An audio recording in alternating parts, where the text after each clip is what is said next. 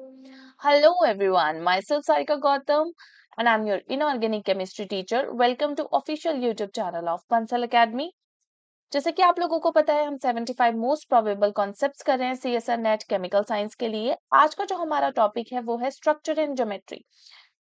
आज हम structure and geometry basically निकालना सीखेंगे किसके लिए, मेटल क्लस्टर्स के लिए, बोरेन्स कार्बोनेल्स के लिए। उसके बाद हम लास्ट में करेंगे आइसोलोबल एनोलॉजी क्या होती है। ठीक है, इससे भी डायरेक्टली क्वेश्चंस आ जाते हैं। ये तीनों ही topic NET point of view से काफी ज्यादा इंपॉर्टेंट है।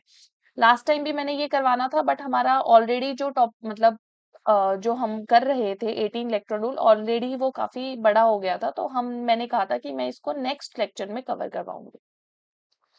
अब देखो मेटल क्लस्टर्स एंड जो बोरेन कार्बोरेन्स हमारे पास मेटल क्लस्टर्स का एंड बोरेन कार्बोनेट्स का अगर जो स्ट्रक्चर ज्योमेट्री आपको निकालनी आती है तो ये समझ लो कि इससे 4 मार्क्स का क्वेश्चन डेफिनेटली एग्जाम में बनता ही बनता है। 4 मार्क्स में क्वेश्चन आता ही आता है। देखो डेफिनेटली तो नहीं बोल सकते, 100% नहीं बोल सकते, बट हाँ काफी फ्रीक्वेंटली इसमें से 4 मार्क्स का क्वेश्चन देखने को मिल जाता है, या फिर 2 मार्क्स में भी इसमें से कोई क्वेश्चन पूछ लेंगे। ठीक है, अब देखो सबसे पहले हम क्या निकालते हैं, स्ट्रक्चर ऑफ मेटल क्लस्टर।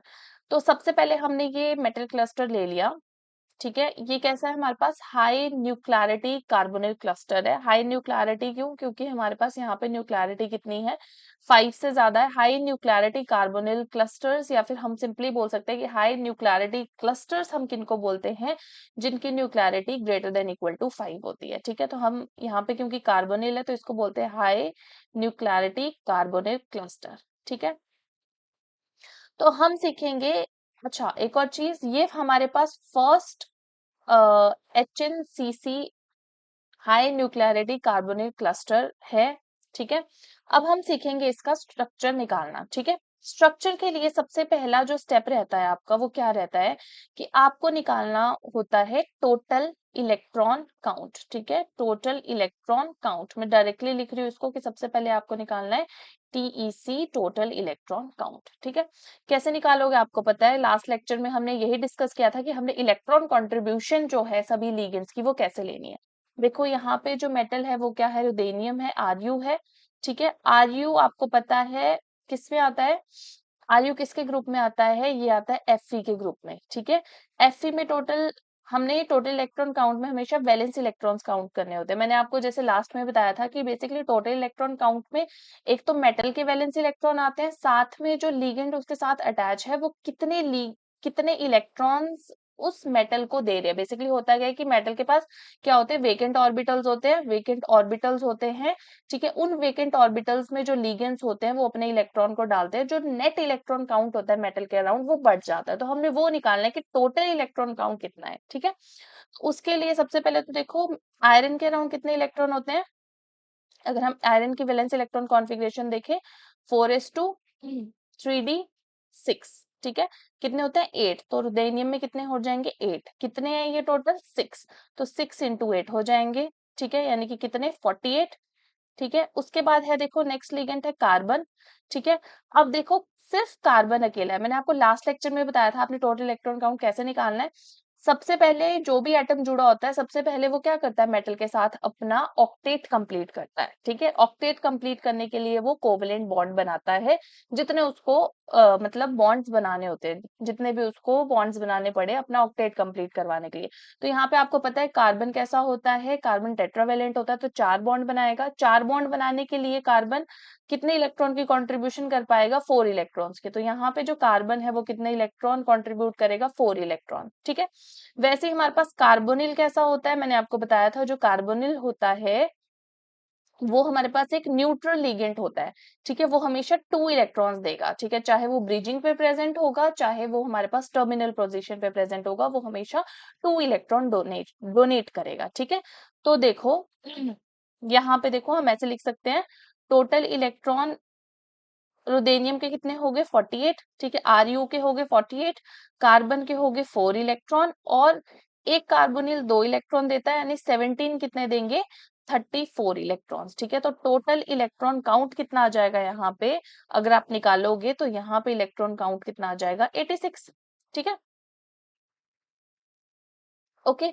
तो यहाँ पे इलेक्ट्रॉन काउंट कितना आ जाएगा 86 इलेक्ट्रॉन्स, ठीक है।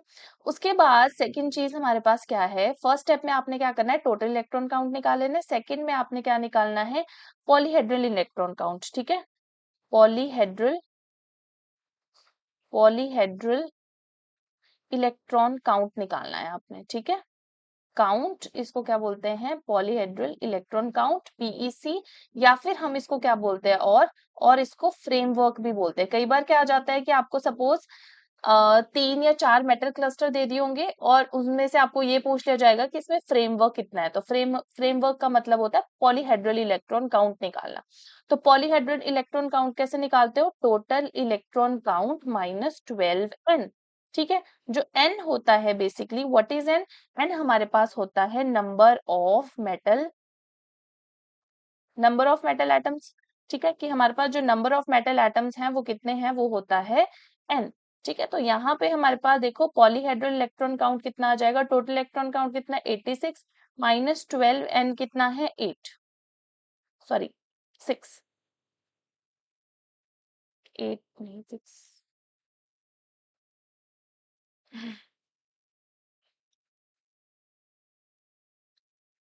यहाँ पे इसको करेक्ट कर लो, ठीक है। 12 इंटू 6 क्या आ जाएगा यहाँ पे 86 माइनस 72, ठीक है। कितना आ जाएगा ये 14, ठीक है।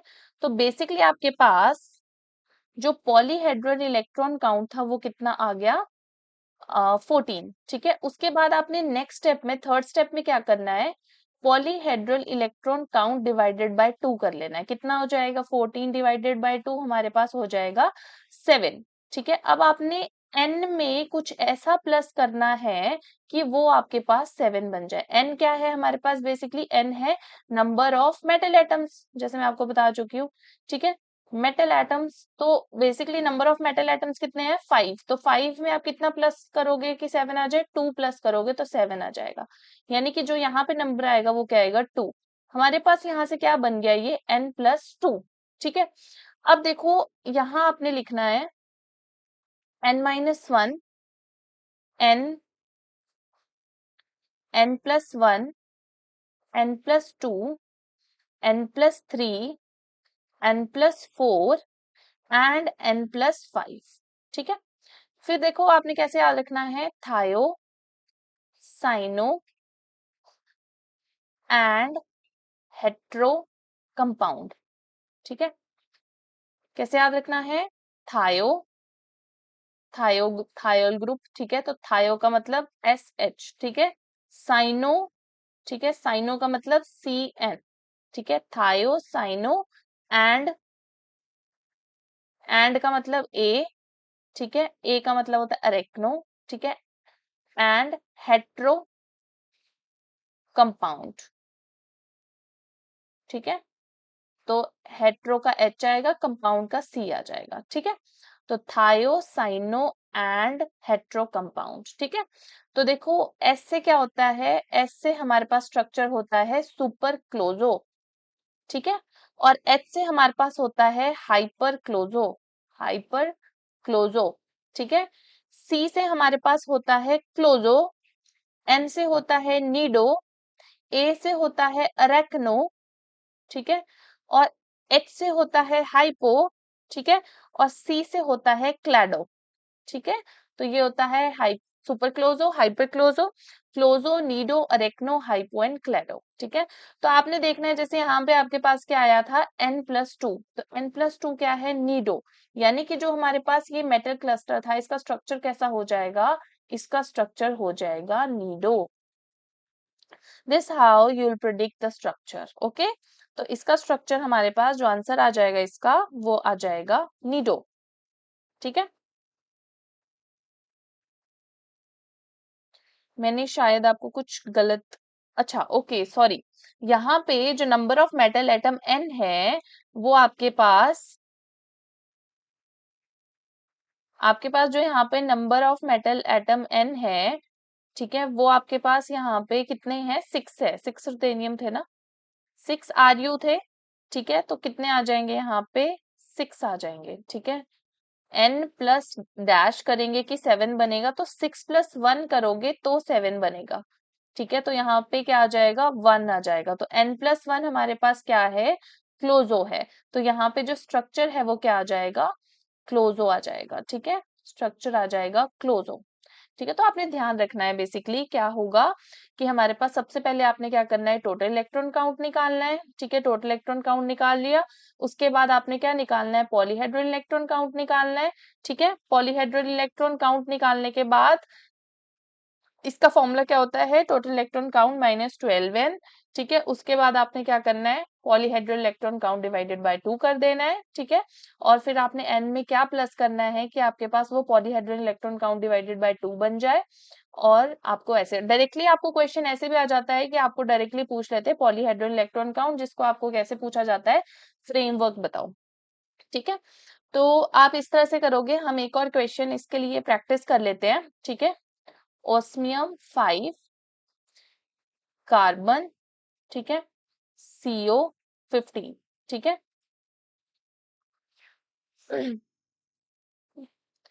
ओके। तो अब देखो, सबसे पहले हमने टोटल इलेक्ट्रॉन काउंट निकालना है। ऑस्मियम भी आयरन के ग्रुप में आता है ना, तो यानी कि इसमें भी इलेक्ट्रॉन, वैलेंस इलेक्ट्रॉन्स कितने होंगे, 8 होंगे। ठीक है, आयरन में कितने होते हैं, 4s2 3d6 होते हैं, है ना। उसके बाद आता है हमारे पास Ru, फिर आता है ओस्मियम। ठीक है, इसमें कितने होते हैं, 5s2 4d6। ठीक है, और नेक्स्ट वाले इसमें कितने हो जाएंगे, 6s2 5d6।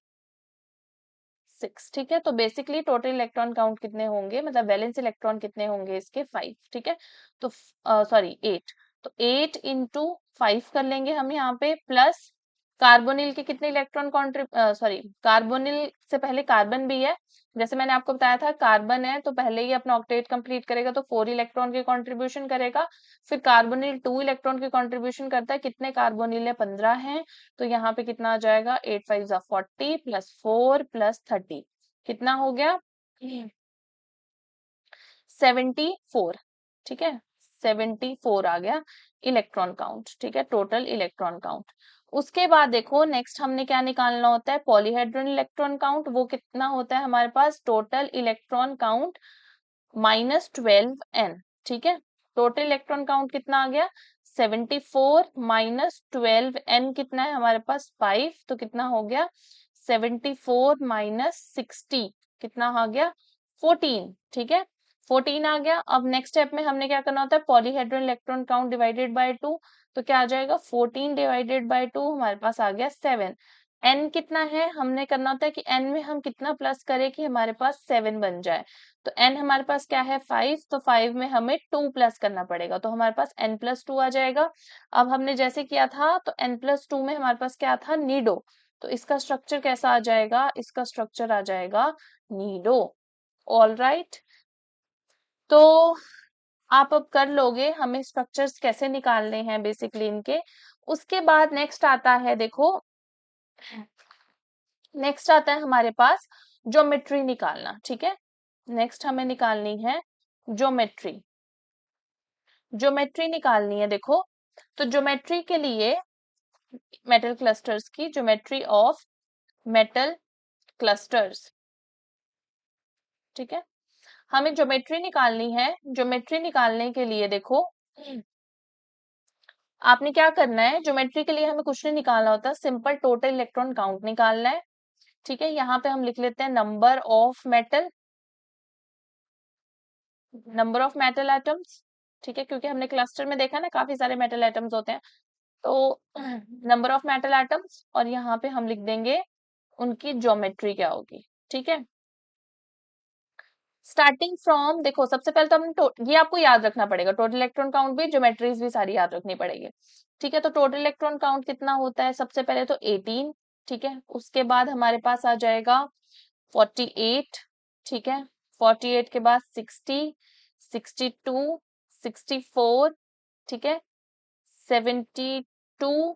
ठीक है, 74, 84, 86, 86 के बाद 90। अब ये पूरा आएगा नहीं यहाँ पे, 98, 112 एंड 120। ये हम नेक्स्ट पेज में कर लेते हैं।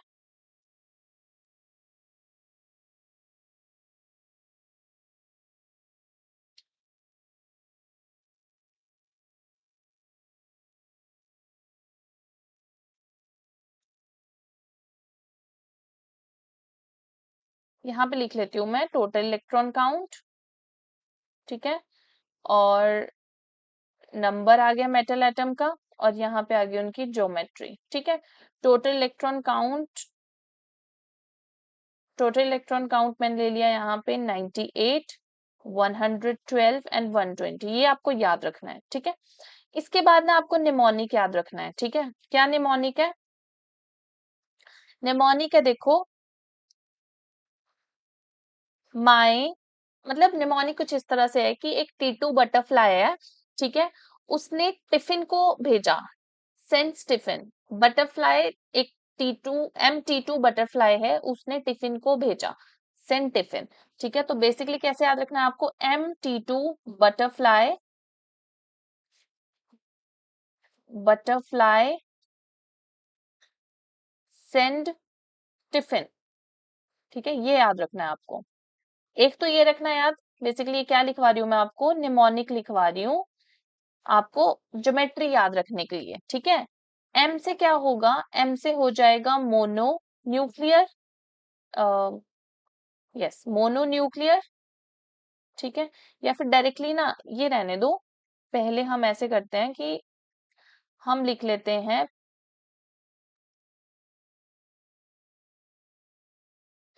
M से, देखो क्या होगा, M से M आ गया, T2 से मतलब 2T है, ठीक है। बटरफ्लाई का मतलब B है, ठीक है।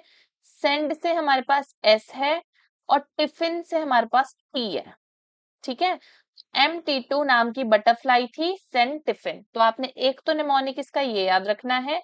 सेकंड निमोनिक आपको क्या याद रखना है? सेकंड करना है आपको याद, sun beautiful, sun beautiful outside, sun beautiful outside the cute school canteen, cute school canteen, ठीक है, ये याद करना है आपको। Sun beautiful outside the cute school canteen. Sun से एस आ गया, ब्यूटीफुल से बी आ गया, ठीक है, आउटसाइड से ओ आ गया, द से टी आ गया, क्यूट से सी आ गया, स्कूल से एस आ गया, कैंटीन से सी आ गया, ठीक है। तो आपको दो निमोनिक याद रखने हैं, M T2 बटरफ्लाई सेंटिफिन, दूसरा याद रखना है आपको sun beautiful outside the cute school canteen, okay. तो इससे हम करते हैं, देखो मैंने क्या बोला था आपको, पेन चेंज कर लेते हैं, थोड़ा ज्यादा अच्छे से आपको क्लियर दिखेगा, ठीक है। अब देखो M, M, ठीक है, नेक्स्ट क्या है? T2, यानी कि 2T है, एक हमने यहां लिख दिया, एक हमने इससे नेक्स्ट में लिख दिया, 2T हो गए, ठीक है। M T2 बटरफ्लाई का B, M T2 butterfly send tiffin, हो गया। उसके बाद क्या था? Sun beautiful outside cute school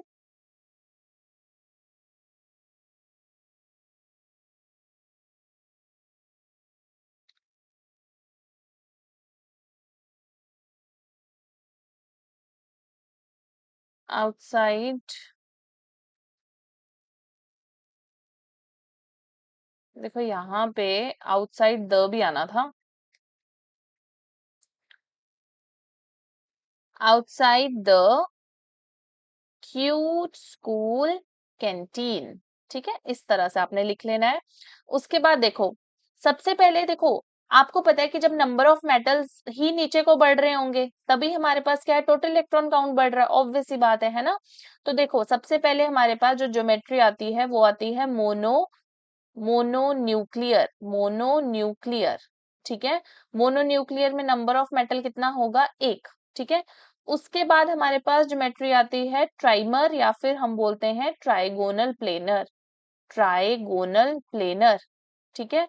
तो ट्राइगोनल प्लेनर है यानी कि नंबर ऑफ मेटल एटम्स कितने हो जाएंगे, तीन हो जाएंगे। उसके बाद हमारे पास आती है टेट्राहेड्रल, ठीक है। टेट्राहेड्रल में कितने हो जाएंगे, नंबर ऑफ मेटल्स फोर। फिर आती है बटरफ्लाई, बटरफ्लाई। फिर आती है स्क्वायर प्लेनर, ठीक है। आप ध्यान ऐसे थोड़ा आइडिया ले सकते हो, बटरफ्लाई में भी चार होंगे, ठीक है। स्क्वायर प्लेनर में भी चार मेटल एटम्स होंगे, ठीक है। उसके बाद देखो क्या था, टी से क्या हो सकता है, चार तो मेटल एटम हो गए, फाइव होगा ना नेक्स्ट, तो फाइव में क्या होगा, टीबीपी, ठीक है। टीबीपी उससे नेक्स्ट भी फाइव ही होगा। एस से क्या होता है, स्क्वायर पिरामिडल, स्क्वायर पिरामिडल में भी आपको पता है कितने होते हैं, फाइव ही होते हैं, है ना। तो स्क्वायर पिरामिडल, उसके बाद क्या होगा, उसके बाद हमारे पास आता है सिक्स, सिक्स में आता है bicapped tetrahedron, bicapped tetrahedron. उसके बाद हमारे पास है नेक्स्ट सिक्स, सिक्स में ऑक्टाहेड्रन, ऑक्टाहेड्रन, ठीक है। फिर टी से आता है ट्राइगोनल प्रिज्म, तो इसमें भी कितने हो जाते हैं, सिक्स हो जाते हैं। उसके बाद देखो सी से आता है यहाँ पे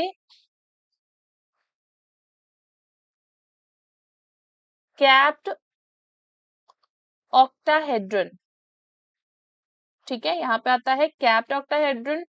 फिर आता है स्क्वायर एंटी प्रिज्म, ठीक है। और फिर आता है क्यूब।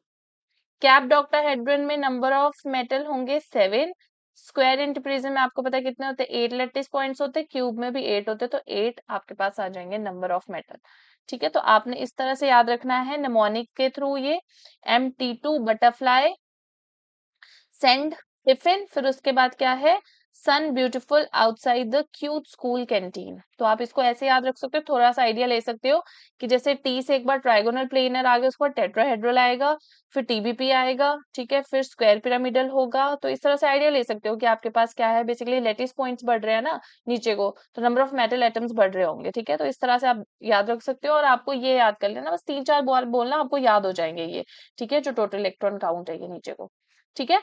तो अब इसके बेसिस पे अब क्वेश्चन करते हैं। तो क्वेश्चन में हमारे पास देखो सबसे पहले है FeCO15C। आपको इसके लिए क्या निकालना है, आपको इसके लिए इसकी ज्योमेट्री बतानी है। डायरेक्टली आप क्या करोगे, टोटल इलेक्ट्रॉन काउंट निकालोगे।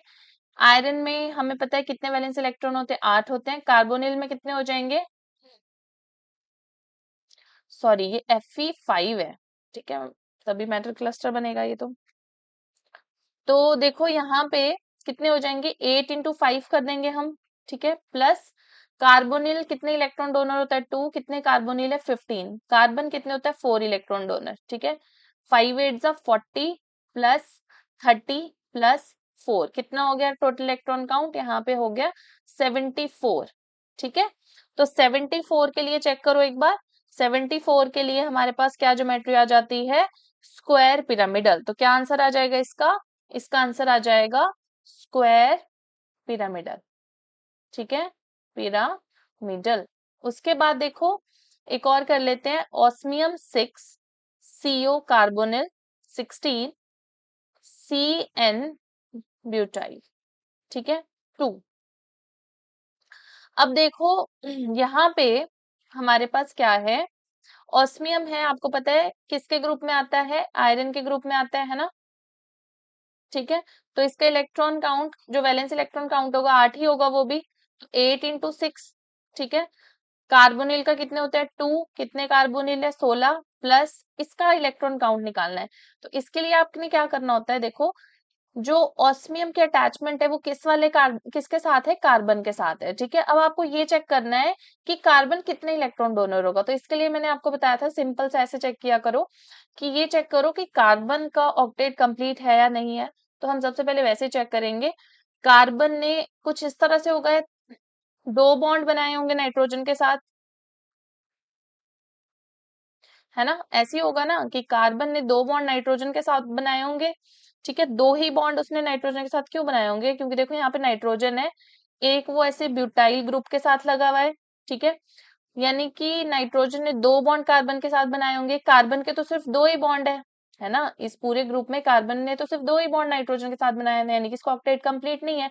ऑक्टेट कंप्लीट करने के लिए इसने कितने बॉन्ड बनाए होंगे मेटल के साथ, 2 बॉन्ड्स, यानी कि जब ये 2 कोवेलेंट बॉन्ड बनाएगा, डबल कोवेलेंट बॉन्ड बनाएगा, तो उसमें कितने इलेक्ट्रॉन इन्वॉल्व होंगे, 2 इलेक्ट्रॉन इन्वॉल्व होंगे, यानी कि कितने इलेक्ट्रॉन डोनर होगा ये वाला ग्रुप हमारा, 2 इलेक्ट्रॉन डोनर होगा। तो ऐसे कितने ग्रुप्स लगे हैं, 2 और लगे हैं, तो 2 into 2 कितना हो गया, 4, है ना, तो यानी कि ये 4 इलेक्ट्रॉन डोनर है बेसिकली। तो देखो 8 6 48 प्लस 16 2 32 प्लस 4, कितना आ गया यहाँ पे इलेक्ट्रॉन काउंट, यहाँ पे आपके पास इलेक्ट्रॉन काउंट आ जाएगा बेसिकली 84, है ना। ठीक है, 84 आ जाएगा ना। तो अब देखो 84 के लिए आपके पास क्या है, 84 के लिए ज्योमेट्री होती है बाई कैप्ड टेट्राहेड्रन, तो इसका आंसर क्या आ जाएगा, इसका आंसर आ जाएगा बाई कैप्ड टेट्राहेड्रन, टेट्राहेड्रन। मैंने आपको कल भी बताया था, मतलब लास्ट जो हमने किया था 18 इलेक्ट्रॉन रूल, मैंने उसमें भी समझाया था कि जो 18 मतलब बेसिकली जो इलेक्ट्रॉन निकालना होता है, टोटल इलेक्ट्रॉन काउंट निकालना होता है, that is very very important from organometallic basis, इसका बेसिक ही है ये। कुछ भी आपने क्वेश्चन सॉल्व करना है, स्ट्रक्चर ज्योमेट्री करना है, रिएक्शंस आगे करवानी है, तो आपको इलेक्ट्रॉन कंट्रीब्यूशन निकालना, टोटल इलेक्ट्रॉन काउंट निकालना बहुत ज्यादा इंपॉर्टेंट है। देखो अगर आपको यही नहीं आएगा तो आप कैसे स्ट्रक्चर्स और ज्योमेट्रीज निकाल पाओगे। तो ये तो था आपका, देखो मेटल क्लस्टर्स का स्ट्रक्चर एंड ज्योमेट्री निकालना। ठीक है, ये आपको आ ही गया होगा। इसके बाद जो हम करेंगे वो करेंगे हम स्ट्रक्चर ऑफ बोरेन्स। ठीक है, हम करेंगे इसके बाद स्ट्रक्चर ऑफ बोरेन्स। ठीक है, स्ट्रक्चर ऑफ बोरेन्स में देखो, बोरेन्स क्या होते हैं, बोरेन्स हमारे पास वो कंपाउंड्स होते हैं जिनमें हमारे पास क्या होता है, compounds having boron and hydrogen, वो होते हैं बोरेन्स। ठीक है, अब देखो हमने बताना है, और जो कार्बोरेन्स होते हैं वो क्या होते हैं, कार्बोरेन्स। ठीक है, कार्बोरेन्स होते हैं जिनमें क्या होता है, कार्बन, बोरोन एंड हाइड्रोजन, उनको हम बोलते हैं कार्बोरेन्स। ठीक है, अब देखो हमने वेट्स नॉमेनक्लेचर ही कर रहे हैं, देखो हम वेट्स नॉमेनक्लेचर के अकॉर्डिंगली कर रहे हैं, नॉमेनक्लेचर के अकॉर्डिंगली ही पढ़ रहे हैं ये। ठीक है, उसके अकॉर्डिंगली हमने अभी अभी देखा था कि n-1, n+1, n+2, n+3, n+4 and n+5 के लिए क्या होगा स्ट्रक्चर, n-1 के लिए होगा, क्या लिखा था हमने, थायो, साइनो एंड हेट्रो कंपाउंड। ठीक है, क्या था ये, सुपर क्लोजो, हाइपर क्लोजो, ठीक है, क्लोजो, निडो, अरेक्नो, ठीक है, और हाइपो और क्लेडो। ठीक है, ये था। अब देखो हमने क्या करना है, बोरेन्स के लिए हमने कैसे निकालना है, बोरेन्स के लिए हम क्या करेंगे, बोरेन्स के लिए हम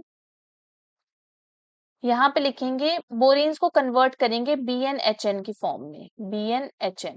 ठीक है, BnHn, तो एक बार आप क्या करोगे, BnHn लिख लो सारे, BnHn, BnHn, BnHn, BnHn and last is again BnHn, ऐसे लिख लिया। उसके बाद आपने क्या करना है, जो ये नंबर है ना -1, इधर कुछ नहीं है तो इधर 0 लिख लो, +0, इधर +1, +2, +3, +4 एंड +5, इन नंबर्स को ना आपने -2 से ना मल्टीप्लाई कर देना है। ठीक है, जैसे इधर -2 - 1 क्या बन जाएगा, +2, इधर -2 0 बन जाएगा, -2 मल्टीप्लाई बाय 0, -2 मल्टीप्लाई बाय +1 क्या बन जाएगा, -2, -2 मल्टीप्लाई बाय +2 क्या बन जाएगा, -4, -2 मल्टीप्लाई बाय 3 क्या बन जाएगा, -6, फिर क्या बन जाएगा, -8, फिर क्या बन जाएगा, -10। ठीक है, तो अब देखो हमने बेसिकली क्या कर दिया, ये बना दिया इस फॉर्म में। अब हमने कुछ नहीं करना है, हमने जो भी बोरेन गिवन होगा उसको कन्वर्ट कर देना है इस फॉर्म में। ठीक है, और फिर हमने देख लेना है कि उसके कॉरेस्पॉन्डिंग क्या हमारे पास स्ट्रक्चर है। जैसे फॉर एग्जाम्पल आपके पास फर्स्ट वन है B7H13। ठीक है, B7H13 है, तो B7H13 को अगर आप BnHn के फॉर्म में कन्वर्ट करोगे तो आपको क्या करना पड़ेगा, इसमें से आपको बेसिकली 6H+ निकालने पड़ेंगे। ठीक है, 6H+ निकालने पड़ेंगे। ठीक है, अगर आप इसमें से 6H+ निकाल दोगे तो क्या बन जाएगा, यहाँ पे B7H7 बन जाएगा, और H+ निकल गया तो नेगेटिव चार्ज पीछे रह जाएगा, कितना, -6। ठीक है, और अगर आप देखोगे यहाँ पे कि जो BnHn -6 है, वो बेसिकली क्या, किस उसकी जो स्ट्रक्चर होती है वो क्या होती है, अरेकनो, यानी कि इसकी स्ट्रक्चर क्या हो जाएगी, अरेकनो। सिंपल सा होता है, ये बहुत सिंपल होते हैं। ठीक है, तो आप इस तरह से इन क्वेश्चंस को करोगे। सिमिलरली आपके पास है कोई कार्बोरेन। ठीक है, अब कार्बोरेन करने से पहले हम थोड़ा सा समझेंगे जो टॉपिक आपका रह गया था, आइसोलोबल एनॉल।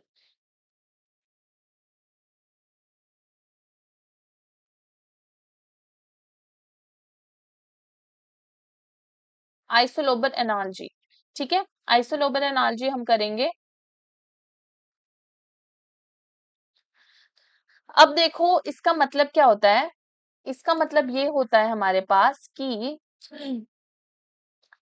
आइसोलोबल हमारे पास, सबसे पहले तो अगर हमारे पास कोई भी दो फ्रेगमेंट्स आपस में आइसोलोबल है, हम उनको इस साइन से रिप्रेजेंट करते हैं। आइसोलोबल का मतलब ये है कि जिनका स्ट्रक्चर आपके पास सिमिलर होगा। ठीक है, जिनको आप मतलब बेसिकली स्ट्रक्चर सिमिलर नहीं, बेसिकली आइसोलोबल का मतलब होगा कि हमारे पास जो भी स्पीशीज आपस में, जो भी फ्रेगमेंट्स आपस में आइसोलोबल होंगी, हम उनको बोलते हैं कि उनकी जो सिमिट्री होगी वो सेम होती है। ठीक है, सिमिट्री सेम होती है। ठीक है, बेसिकली ये होता किस लिए कि हम इससे क्या कर सकते हैं, स्ट्रक्चर निकाल सकते हैं, आइडिया ले सकते हैं कि सपोज हमारे पास क्या है, जैसे एग्जांपल बता रही हूँ मैं आपको। जैसे जो कार्बन होता है वो हमारे पास किसके साथ, BH के साथ आइसोलोबल होता है। ठीक है, जैसे कार्बन के अराउंड कितने इलेक्ट्रॉन होते हैं, 4 इलेक्ट्रॉन होते हैं। अगर हम बोरोन का देखें तो बोरोन के अराउंड भी तो 4 इलेक्ट्रॉन है। 3 बोरोन के खुद के इलेक्ट्रॉन्स हैं। ठीक है, एक उसने हाइड्रोजन के साथ बॉन्ड बनाया, तो हाइड्रोजन के भी तो वो इलेक्ट्रॉन, हाइड्रोजन का वो इलेक्ट्रॉन भी तो बोरोन के अराउंड है। इसमें भी कितने इलेक्ट्रॉन हो गए, 4 इलेक्ट्रॉन हो गए। ठीक है, तो हम क्या बोल सकते हैं, carbon is isolobal with BH। तो जो स्ट्रक्चर में बेसिकली कंट्रीब्यूशन होगी कार्बन की स्ट्रक्चर निकालने में, वही सेम अगर BH होता तो वैसा ही हमारे पास सिमिलर सा स्ट्रक्चर बनता उसका। ठीक है, तो हम क्या बोल देंगे कि जो कार्बन है वो BH के साथ आइसोलोबल है ना। और हम क्या बोलते हैं, जो आपस में आइसोलोबल होते हैं बेसिकली उसमें हो क्या रहा है कि उनमें same number of electron available है किसके लिए, क्लस्टर बाइंडिंग के लिए। यही चीज मैं आपको बता चुकी हूँ ऑलरेडी। ठीक है, तो क्लस्टर बाइंडिंग के लिए जिनमें same number of electrons available होते हैं। ठीक है, ऑल्सो इनकी जो एनर्जी होती है, जो आपस में आइसोलोबल होते हैं उनकी जो एनर्जी होती है वो भी हमारे पास क्या होती है, अप्रोक्सीमेटली वो भी क्या होती है, सेम होती है। ठीक है, अब देखो हमें कैसे देखना है कि आपस में कौन आइसोलोबल है। तो सबसे पहला हमारे पास केस 1 आ जाता है ट्रांजिशन एलिमेंट्स का, ट्रांजिशन मेटल्स का। ठीक है, और मेन ब्लॉक का। ठीक है, जो मेन ब्लॉक एलिमेंट्स होते हैं, मेन ब्लॉक मेटल्स होते हैं, या फिर मेटल्स नहीं, सॉरी, एलिमेंट्स लिखो, यहाँ पे लिखो मेन ब्लॉक एलिमेंट्स। ठीक है, और डायरेक्टली लिखो मेन ब्लॉक वाले। ठीक है, जो एलिमेंट्स होंगे वो। ठीक है, तो ट्रांजिशन मेटल्स के जो 18 इलेक्ट्रॉन्स होंगे वो आइसोलोबल होंगे मेन ब्लॉक के 8 इलेक्ट्रॉन के साथ। वैसे इसके जो 17 इलेक्ट्रॉन होंगे वो मेन ब्लॉक के 7 इलेक्ट्रॉन्स के साथ आइसोलोबल होंगे। ठीक है, उसके बाद हमारे पास क्या है, जो 16 इलेक्ट्रॉन्स होंगे वो 6 इलेक्ट्रॉन्स के साथ आइसोलोबल होंगे। ठीक है। उसके अलावा जो 15 इलेक्ट्रॉन्स होंगे वो 5 इलेक्ट्रॉन के साथ आइसोलोबल होंगे एंड सो ऑन। 14 इलेक्ट्रॉन्स जो होंगे वो 4 इलेक्ट्रॉन ऑफ मेन ब्लॉक के साथ आइसोलोबल होंगे। ठीक है। तो इस तरह से हम इसमें निकालते हैं। जैसे कि मैं आपको बताऊं एग्जांपल के लिए, आपके पास है कोई फ्रेगमेंट पीटी PET3, ठीक है, 3 ये फ्रेगमेंट है, और एक है आपके पास BH। ठीक है। तो देखो BH में तो हमें पता है कितने इलेक्ट्रॉन होते हैं, हमने बोरोन के अराउंड देखने कितने इलेक्ट्रॉन, तो बोरोन के अराउंड कितने इलेक्ट्रॉन, 3 इसके, एक हाइड्रोजन का, तो 4 इलेक्ट्रॉन्स, तो इसमें आ जाते हैं 4 इलेक्ट्रॉन्स। ठीक है। अगर हम इसमें देखें तो प्लैटिनम के कितने इलेक्ट्रॉन होते हैं, 10 इलेक्ट्रॉन। ठीक है, इसको ना 2 करो, यहाँ पे ये 2 है। ठीक है। प्लैटिनम के कितने होते हैं, 10 इलेक्ट्रॉन, साथ में PET3, देखो PET3 है, आपको पता है फॉस्फोरस कितने बॉन्ड बनाएगा, 3 बॉन्ड, तो ऑक्टेट कंप्लीट करने के लिए बने हुए हैं, यानी कि अपने लोन पेयर दे रहा होगा, तो कितने इलेक्ट्रॉन कॉन्ट्रीब्यूटर है ये, 2 इलेक्ट्रॉन कॉन्ट्रीब्यूटर है, तो 2 इंटू 2 कितने हो गया, 4, तो 14 इलेक्ट्रॉन आ गए। इस फ्रेगमेंट में कितने इलेक्ट्रॉन्स है, 14। मतलब बेसिकली हमने प्लैटिनम के अराउंड देखना है ना कितने इलेक्ट्रॉन है, तो कितने हो गए, 14 इलेक्ट्रॉन हो गए। तो अब देखो ये ट्रांजिशन मेटल है बेसिकली, तो ट्रांजिशन मेटल के अराउंड कितने इलेक्ट्रॉन, 14 इलेक्ट्रॉन। वो मेन ब्लॉक के कितने इलेक्ट्रॉन्स के साथ आइसोलोबल है, 4, तो हम बोल सकते हैं ना कि this fragment is isolobal with BH। जो ये वाली फ्रेगमेंट है PET3 जो ट्वाइस, ये जो फ्रेगमेंट है ये किसके साथ आइसोलोबल है, BH के साथ आइसोलोबल है। ठीक है। तो मेन ब्लॉक का हमारे पास बोरोन हो गया, उसके अराउंड 4 इलेक्ट्रॉन है। ट्रांजिशन एलिमेंट का PT हो गया, ट्रांजिशन मेटल जो है हमारे पास ये PT हो गया, इसमें 14 इलेक्ट्रॉन, तो आपस में दे आर आइसोलोबल। ठीक है। तो इस दिस हाउ वी कैलकुलेट।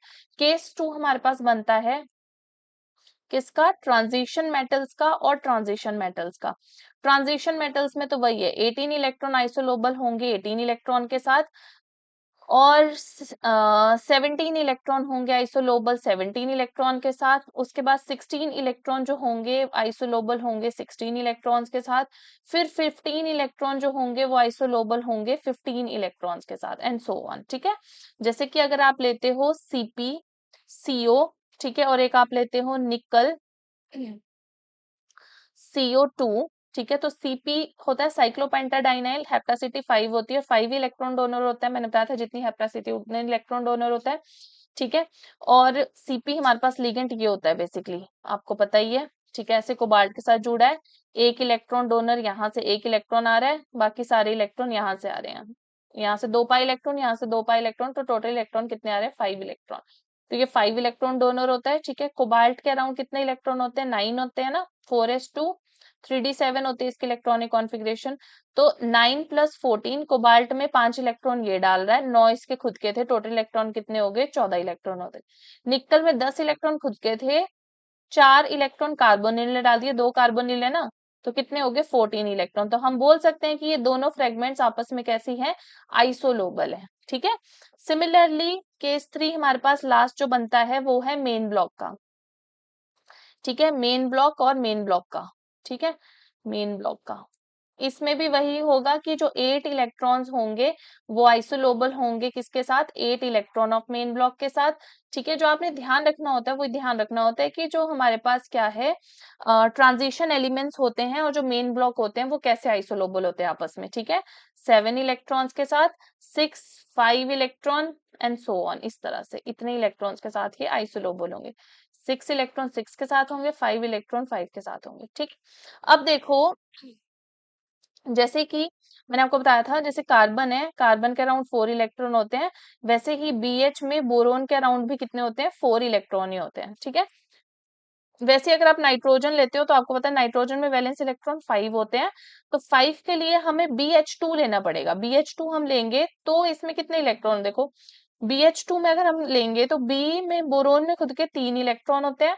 ठीक है। 2 बॉन्ड इसने किसके साथ, हाइड्रोजन के साथ में, हाइड्रोजन का भी तो एक इलेक्ट्रॉन अब बोरोन के अराउंड आ गया, तो टोटल इलेक्ट्रॉन कितने हुए इसके अराउंड भी, 5 इलेक्ट्रॉन ही हुए। तो हम क्या बोलेंगे, the species are isolobal with each other. ठीक है।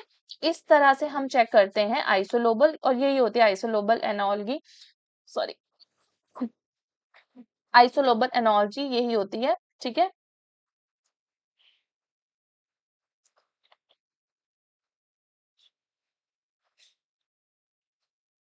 ओके।